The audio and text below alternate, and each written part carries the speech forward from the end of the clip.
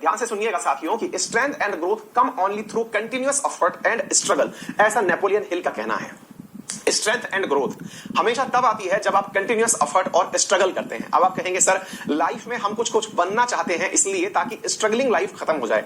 वास्तविकता में साथियों बात यह है कि जीवन में जब तक चुनौती नहीं है आप लोगों को कतई आनंद नहीं आएगा। यह इंसान का व्यक्तित्व है।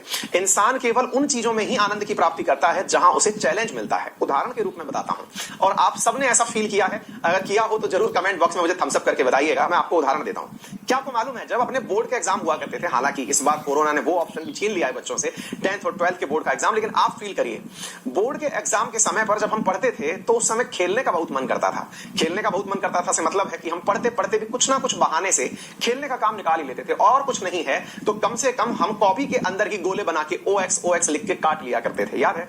या फिर कमरे में बैठे बैठे ही बतियाने लग जाते थे, अपने भाई बहन आपस में बतियाने लग जाते थे, कोई ना कोई टाइम पास का तरीका ढूंढ लेते थे।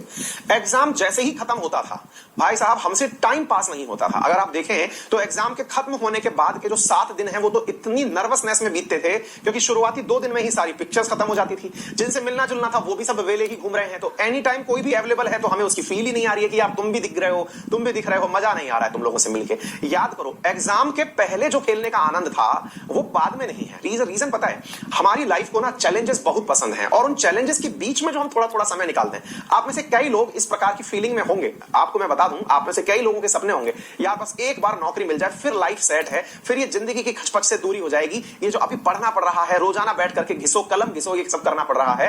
मैं आपको अनुभव से बता रहा हूं साथियों, मैंने खूब अच्छे से फ्लाइंग कलर से काफी एग्जाम्स पास किए, बहुत अच्छे से सक्सेसफुल रहा अपनी पढ़ाई में, लेकिन जैसे ही चैलेंज खत्म होता है लाइफ में मजा आना बंद हो जाता है। चैलेंज के लिए आपको हर दिन कुछ नहीं, ये करंट के अंदर ये जो सुबह वाला शो है इसके पीछे जो थोड़ी बहुत मेरी मन करने का, पढ़ाने का जो मन करता है वो इसीलिए करता है क्योंकि इसमें थोड़ा चैलेंज है, कुछ नया मुझे भी सीखने को मिलता है। आप लोगों को पढ़ाने से पहले कुछ मुझे भी दुनियादारी सीखने को मिलती है, इसमें एक अपना मजा है। आप लोग भी यकीन मानिए कि जिस दिन आप ये सोच लेंगे ना कि हमारा लाइफ सेट हो जाएगा, वो गलतफहमी है।